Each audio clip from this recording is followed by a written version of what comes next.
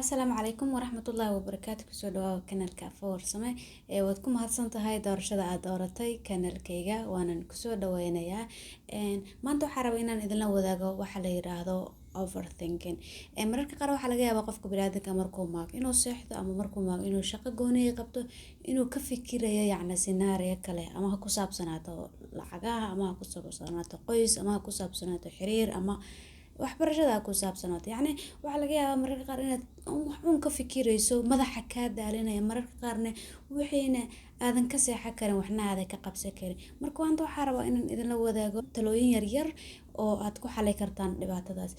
Waa laga yaabaa inay idin shaqeyn waayaan hababkan, waa laga yaabaa inay idin shaqeeyaan, laakiinse waxaan idin sheegayaa inay yihiin hababka ugu wanaagsan oo aniga ii shaqeeyay oo aan ku xaliyay fikirada badan aan iskaga xaliyay.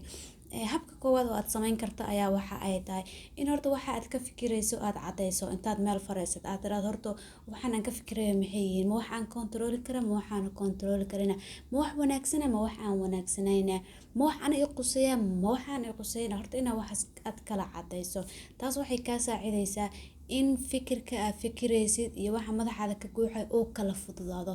Mararka qaar marka ogaato wax aan shaqo ku leh inaad ka fikirayso, adaa inta isku qosashada iska tagaysa. Markaad ogaato waxaan aad ka fikiraysid inay yihiin wax aadan control karin, aad taa qof iimaan leh, ilaahay inta u dhaafto iska tagaysa.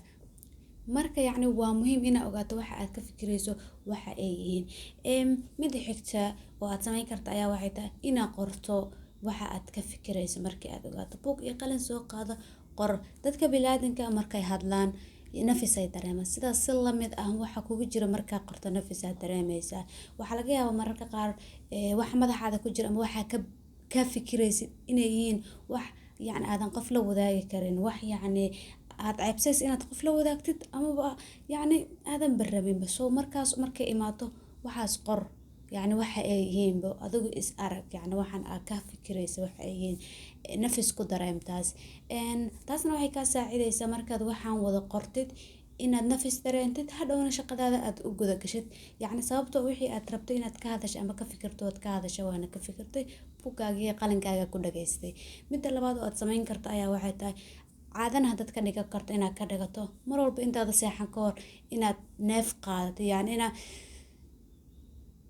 neefsas camal inta u qaadatid haddana soo dhahdo 10 daqiiqo camal inaad samayso wax.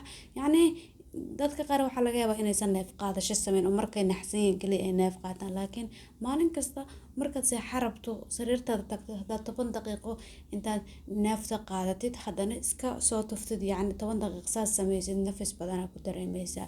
Waxaadna ku dareemaysaa hurdadaada si nidaam ah inaad u qaadato, waxyaabaha madaxaada ka guuxay oo qashinkaan inay iska baxaan. Midda afraad oo aan kugula talinayo, tibka afraad ayaa waxa uu yahay inaad barato sida loo dhaqan geliyo waxaan la yiraahdo diirad saarka. Dadka qaar waxaa laga yaabaa inay wax diirad saaraan way ku adagtaa. Marka diirad saarka waa wax la baran karo, wax qofka bini'aadamka ah qalbigiisa ku programming karo ama ma aragto ku train gareyn karo. Qaabo badan waxaa jiro diirad saarka lagu practice gareeyo. Waxa ka mid ah oo aad samayn kartaa tusaale, mararka qaar marka aad socod samaynayso tilaabadaada tir 1 ilaa intaad socoto waxaad ku ogaan kartaa diirad saarka intuu leeyahay, inta tirada aad marsiinayso. Mararka qaar waxaa is arkaysaa marka ay kugu cusub tahay adoo ilooba la marka aad maraysay, adoo haddana ku fikiray inaad tilaabada meel dhexe ka soo bilowday, 1 2 inaad meel dhexe ka soo bilowday, adoo haddana mararka qaar ilowdidba inaad wax tiradeedu is aragtid hal saac camal adoo iska socdo adoon waxba tirin. Marka si diirad saarkaaga u soo celisid tilaabadaada tira mar walba oo aad socod samaynayso. Haddaad rabto inaad diirad saarka wax badan ka ogaato, diirad saarka waxa uu yahay diirad saarka waxyaabaha oo ku xumaado diirad saar xumida, waxyaabaha keena siyaabaha looga gudbo diirad saar xumida. Haddaad rabto inaad wax badan ka ogaato, waxaa jira muuqaal ah hore u soo sameeyay muuqaalkaas, waad soo daawan kartaa oo wuxuu ku jira kanaalkayga.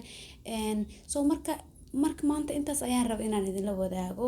Waadna ku mahadsan tahay daawashada muuqaalka. Assalaamu calaykum waraxmatullaahi wabarakaatu.